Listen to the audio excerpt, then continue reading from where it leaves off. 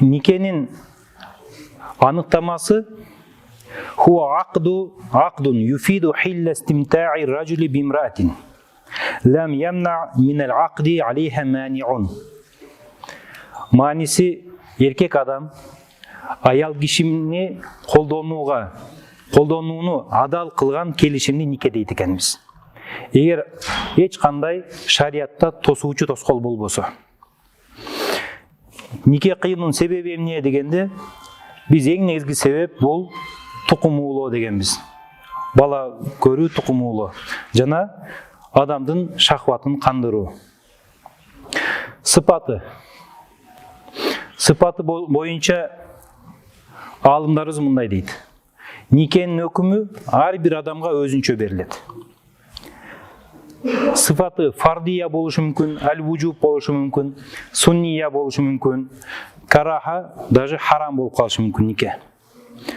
Эми фардия, качан никеге туруу фарз болот? Эгер адам шахватын кандыра албай зинага бара тургандыгы анык болуп калса, анда үйлөнүү дагы фарз болуп калат. Анткени башка жол жок шариатта. Өткөн сабакта айтканбыз, эки эле нерсе менен аялга кошулуу адал болот дегенбиз. Нике келишими же күңүң болсо. Эми күң жок, алхамдулилля, бунун да чоң жакшылыгы бар, исламдын пайдасы. Анда бир эле жол калды. Никеге туруу. Эгер арамдан тыйылбай атса, арам кыла турганы анык болсо, ал кишиге никеге туруу дагы, үйлөнүү дагы фарз болот экен. Анткени эреже бар. Ма ла ютавассалу иля таркил харам илля бихи фахуа якуну фардан. Кайсы нерсе арамды таштоого, кайсы нерсе менен гана арам ташталат, ошол нерсе фарз болот дейт. Бул жерде нике менен гана арам ташталат. Зина кылбай атат. Демек, үйлөнүү мындай адамга фарз болот экен. Анан важип болуп калышы мүмкүн. Качан десе, арамга толук зинага барарын билет, бирок Кудайдан коркот, өзү кыйналат. Бул учурда үйлөнүш важип болуп калат. Же кээ мисалы көбүнчө эркектердин көзү тыйылбай калышы мүмкүн. Же аял кишилер ошол көзү тыйылбай калышы мүмкүн. Анан улам эле шахваты ошо никени каалай берсе, зинага түрткү болуучу нерселерди жасай баштаса, үйлөнүү важип болуп калат экен. Үйлөнүү кээ бир адамдарга арам болуп калат. Качан? Эгер ал адам жанагы аялдын акысын бере албаса, анин деп коет, мисалы төшөктө жарабай турган болуп калса. Бул нерсени ар түрдүү көп түрлөрү бар, мисалы, алардын эң негизгиси уже ден соолугу толук мүмкүнчүлүк бере албаса, анда адамга үйлөнүү арам. Эми кайсы кезде үйлөнүү сүннөтү тирилтебиз деп коебуз, мисалы, кээ бир адамдарга фарз эле болушу мүмкүн үйлөнгөн. Кээ биркилерге арам болушу мүмкүн, бирок кээ бирде сүннөт болот. Качан десе, адамдын күнүмдүк жашоосу муътадил, кадимкидей абалда жүрөт, өзүнүн шахваты үчүн эмес, жок, пайгамбарыбыз кылган деп үйлөнсө, анда сүннөт болот. Бул биринчи аялга дагы, көп аялдуулукка дагы ушундай эле тартипте. Арамдан тоспой атса, зина кыла турган анык болуп калса, анда фарз болуп калат. Рукну. Кайсы нерсесиз нике болбойт. Нике кылган нерсе бул экөө. Ал-ижаб вал кабул. Сунуштоо жана кабыл кылуу. Кыз тараптанмы, бала тараптанмы айырмасы жок. Ким биринчи сунуштаса, ошону ижаб деп коебуз. Кабыл кылган тарапты кабул деп коебуз. Шарттары. Шарт эки түрдүү болот бул жерде. Шурутул инъикат дейт, байланууга болгон шарттар болот. Анан шуруту сихха, туура болууга болгон шарттар болот. Байланыш үчүн эмне шарттар десе, бул үч нерсени айтканбыз өткөн сабакта. Биринчиси иттихадул маҗлис. Жанагы ижаб, кабул, сунуштоо жана кабыл алуу бир жерде болуш керек. Ортодо башка сөзгө өтүп кетпеш керек, бөлүнбөш керек дегенбиз. Мисалы, паланча кызы, сен паланчанын никесине өзүңдү бердиңби десе, башка сөз сүйлөп туруп бердим десе болбой калат, мисалычы. Көптөгөн мисалдар айтканбыз өткөн сабакта. Экинчиси, самау кулли минал акидейни ахара, каламал ахар. Ар бирөө отурган адамдын, кыз дагы, бала дагы экинчи тараптын сөзүн угуш керек экен. Кайсы сөзүн? Кабыл кылдым, туттум деген сөзүн угуш керек. Ошондой эле угуу шарты бул күбөлөргө дагы айтылат дегенбиз. Үчүнчүсү адам мухолафатил ижаб лил кабул. Сунуштоого кабыл кылуу карама каршы болбош керек же башка нерсе болбош керек. Мисалы бирөө паланча кызы паланчаны алдыңбы десе, ал башка кыздын атын айтып алдым десе, бул байламайт дегенбиз. Сунуштоо кабыл кылуу экөө бир нерседе болуш керек. Никенин байлануу жолдорун айттык. Кээде нике байланып калат, бирок туура болбой калышы мүмкүн да. Туура болуш үчүн 3 шарт экен. Мисалы 2 шарт. Эң биринчиси туура болуш үчүн аял махал болуш керек. Жанагы нике кыюуга орунду болуш керек дейт. Бир аз тилдер татаал болуш мүмкүн, анткени мен жалаң терминдер айтып атам. Махал лил ак дегенде ошол аял менен нике кыйыш адал болуш керек да, жөнөкөй сөз менен айтканда. Качан адал болот? Эгер ал бирөөнүн аялы болбосо, анан бирөөнүн айдасында отурбаса, анан тууганы болбосо, кан тараптан мисалы, тууганчылык тараптан же эмжектеш бир тууган болбосо. Үчүнчүсү кудалаш болбосо. Куда дегенде анын мисалы кайнатасы, кайненеси болуп калбаса, балага кайнене мисалы же аял киши кайната болбосо, анда нике кыюуга орунду болот. Ошондо кээ бирде биз өткөндө мисалда айтканбыз, бирөөнүн күйөөсү Россияга кетип калып, 10 жылдап келбей койсо, жообун дагы берген эмес, ал аял бирөөгө турмушка чыгып алды. Ошондо нике байланды, анткени 3 нерсе табылды. Сунуштоо кабыл кылуу бар.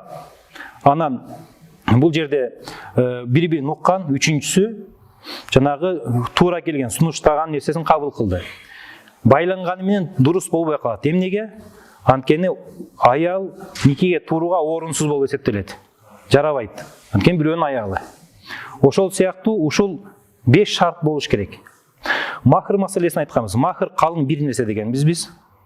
Анткени эч кандай айырмачылык жок ал жерде. Махыр аталбаса дагы нике байланат дегенбиз. Туура болот дегенбиз. Же махырды такыр эле танып жиберсе, мен махырсыз эле сага турмушка чыктым десе дагы нике байланат, бирок баары бир махрын мисил бериш керек.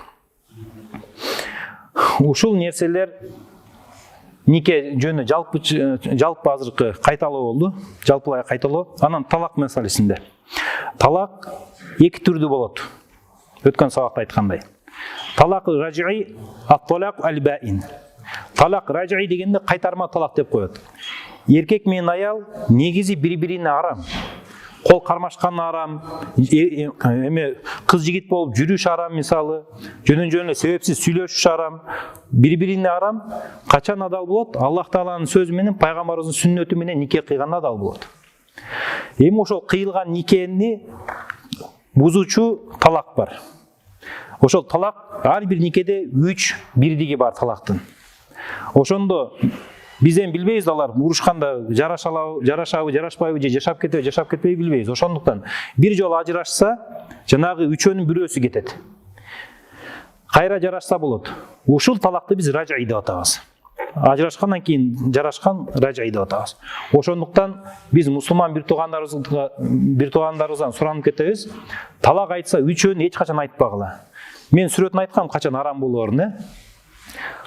Талак сүннөт боюнча аял кишинин айызы бүткөндөн кийин 2-чи айызга чейин ортолуктагы тазалыкта кошулбай туруп талак айтса бир жолу ошол сүннөт. Андан башка сүрөттөрдүн баары арам. Мисалы айыз кезде талак айтса арам, бирок түшөт. Күнөө бирок түшөт.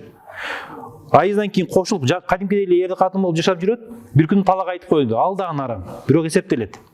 Же 3 жолу айтып койду, ал дагы арам, бирок үчөө тең кетип калат. Ошондуктан бир-бирден ар бир жаңы тазалыкта талак бериш керек. Эгер бере турган болсо. Демек, жанагы бириктирип турган үчөөнүн биринчиси кетсе, биринчи бирдиги. Анда бул ражи деп атадык. Экинчиси кетсе дагы ражи деп атайбыз. Эми биринчиси кетти, бир талак түштү. Кийин аял кишинин айдасы түгөнөт, бүтөт. Мисалы 3 айыз көрөт дагы, 3 айыз көрүп бүткөндөн кийин 3 талактын бирөөсүн берсе эле болду, ушул жетиштүү болот да ажырашканга. Көп ойлойт экен 3 жолу бериш керек дейт. Бир жолу айтса, жок сен 3 жолу беришиң керек деп талап кылат мисалы аялдары. Ушул туура эмес. Бир жолу айттыбы, айдасы бүткөндөн кийин кадимкидей эле башка аял болуп калат. Ошондо бул талакты, анын экинчи жолу болсо, бул талакты биз талак баин сугра деп коебуз. Байнуна сугра. Дегенде жеңилирээк оор талак дейбиз. Кыргызчасы кандай которулат билбейм. Бул мааниси жанагы кайтарма талакта талак ражаиде. Талакта эки нерсе бар. Милк бар, анан кийин хейл бар да. Аял киши мүлкүндө болот, анан аял киши күйөөсүнө адал болот. Ушул эки нерсе. Талак ражаи милкти дагы кетирбейт, хейлди дагы кетирбейт. Мүлкүнөн чыгып кетпейт. Жанагы бир талак айтса, кайра жарашып алса болот. Анан арам дагы болуп калбайт. Аялы адал болуп тура берет. Эми биз экинчи түрүн кандай дедик? Байнуна сугро дедик. Байнуна сугродо жанагы милк кетет экен. Аялы мүлкүнөн чыгып кетет. Аял болбой калат. Бирок хейл калат да, адал болот. Кайра жарашып нике кыйса адал болот. Ошондуктан эгер кайтарма талак болсо, анда нике кыйып кереги жок. Айдада турганда аял эгер айдадан бүтүп кетип, кийин көп жыл мисалы бири-бири менен жашабай калса, кийин кайра жарашкысы келсе мисалы, жаңы нике кыйыш керек. Ошону никени жаңыртып деп байнуна сугрого айтабыз биз. Никени кантип жаңыртат? Аял кишинин ыраазычылыгы менен анан жаңы махр берип туруп кайрадан жаңыдан үйлөнөт. Ушуну биз хил бар болгондугу үчүн уруксат беребиз. Эң оор талак ат-талак ал-баин байнунатан кубро. Чоң оор 3 талак деп коебуз. Жанагы 3 талакты бир никедеги үчөөнтөн кетирип коет. Көп бир туугандарыбыз кыйын да, дароо сага 3 талак деп коет. Же сага талак бердим, сага талак бердим, сага талак бердим деп коет. Болду. Экөө эч качан жараша албайт бул жерде. Бир гана бул аял башка бирөө менен турмуш көрүп, андан дагы табигый жол менен ажырашып, анын ал жактан жашоосу болбой кайра кайтса, шарият уруксат берет. Болбосо, экөө кайра өкүнө, ортодо бала барбы жокпу, кайненелер кайра өкүнө айырмасы жок, кайра жараша албайт. Ушул нерсени байнуна кубро деп коебуз. Качан байнуна кубронун өкүмү эмне экен? Никеде эки нерсе болот дедик, мүлк, анан эмне дедик? Хейл. Ошол байнуна кубро мүлкүнөн чыгарат, анан адалдан кырбайт, арам кылып коет. Кадимкидей эле мурунку көрүп жүргөн сен аялың эмес бул жерде. Оозуңдан 3 талак чыкты, болду. Ал аял сага арам. Денесин эмес, чачын көрсөң арам. Ошол 3 талакты айтуудан адам сакталыш керек да, этият болуш керек. Бир талак менен негизи ажырашса болот. Кыскача азыр кайталоо болду.